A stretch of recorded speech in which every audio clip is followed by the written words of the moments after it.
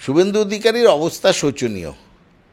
এক, যে কোনো বিষয়ে কথা বলতে গেলে তার ব্যুৎপত্তিগত কিছু নলেজ বা জ্ঞান থাকা উচিত, একটু পড়াশোনা করা দরকার, নয়তো পিছিয়ে পড়তে হয়। শুভেন্দু অধিকারীর কাছে বলে দিই, তার সংস্কৃতি হচ্ছে বোমা, গুলি, বন্দুক। এই কয়েকদিন আগে যেভাবে নন্দীগ্রামের একজনকে খুন করলেন, ওইটা হচ্ছে শুভেন্দু অধিকারীর সংস্কৃতি। ভারতীয় সংস্কৃতি তো তা নয়।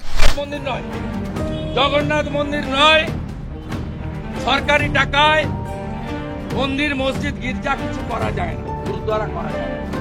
ওইটার নাম হচ্ছে শ্রী জগন্নাথ ধাম কালচারাল সাংস্কৃতিক কেন্দ্র। শুভেন্দু অধিকারীর একটু পড়াশোনাটা কম আছে। হালুম হুলুম করেন, চোখ পাকিয়ে বড় বড় কথা বলেন, ভয় দেখাবার চেষ্টা করেন, হ্যান কারেঙ্গা ত্যান কারেঙ্গা, সবসময় উত্তেজিত। তার এই ব্যবহারে তার যে বিধায়করা আছে, বিজেপির তো এখন ৭৭টা জিতেছিল 2021-এ, এখন ৬৬টা বোধহয় আছে, পড়ে আছে, প্রত্যেক দিন রক্তক্ষরণ হচ্ছে। তারাও তার সঙ্গে নেই। গতকাল একটা মিটিং ছিল, সেখানে ৩০-৩২ জন বিধায়ক শুভেন্দু অধিকারীর ডাকা মিটিংয়ে যানও নি। সুতরাং শুভেন্দু অধিকারীর অবস্থা শোচনীয়।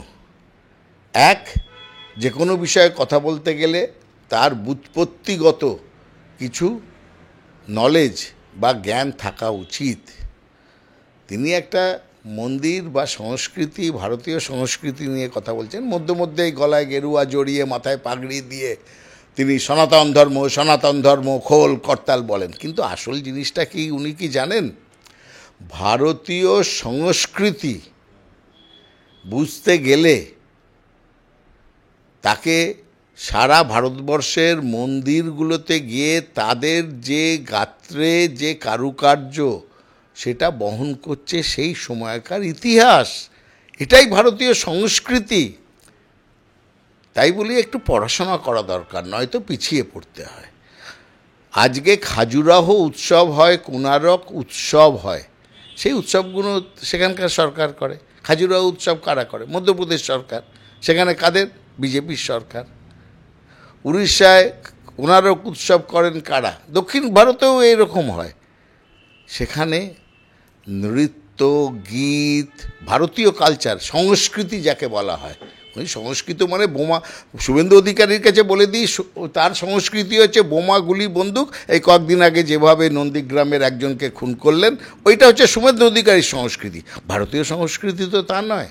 তাই জন্যে খাজুরাহ উৎসব বা কোনারক উৎসব হলে, পুরীতেও এরকম উৎসব হয়, যে সেখানে ভারতীয় সংস্কৃতির চর্চা হয় সেই মন্দিরকে কেন্দ্র করে।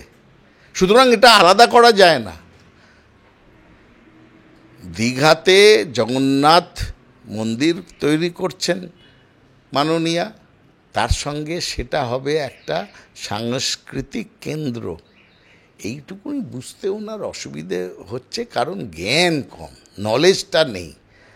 ভারতীয় ধারা, ভারতীয় সংস্কৃতি বলতে কি বোঝায় সেটাই জানেন না। আর ভারতীয় সংস্কৃতির সবথেকে বড় যে দিক, সেটাই বুঝতে গেলে ওনার আরও পড়াশোনা করতে হবে। যে রবীন্দ্রনাথ এক লাইনে বলে দিয়ে গেছেন যে মিলাবে মিলিবে যাবে না ফিরে, এই ভারতের মহামানবের সাগর তীরে।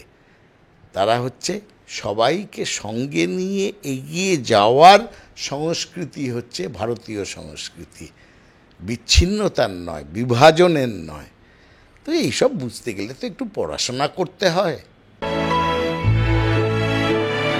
ক্রেডেল ফার্টিলিটি সেন্টার, সন্তান সুখ এখন আপনার সাধ্যের মধ্যে। বিভিন্ন বিষয়ে ভিডিও পেতে চ্যানেল হিন্দুস্তানের ইউটিউব চ্যানেল সাবস্ক্রাইব করুন www.youtube.com/channelhindustan।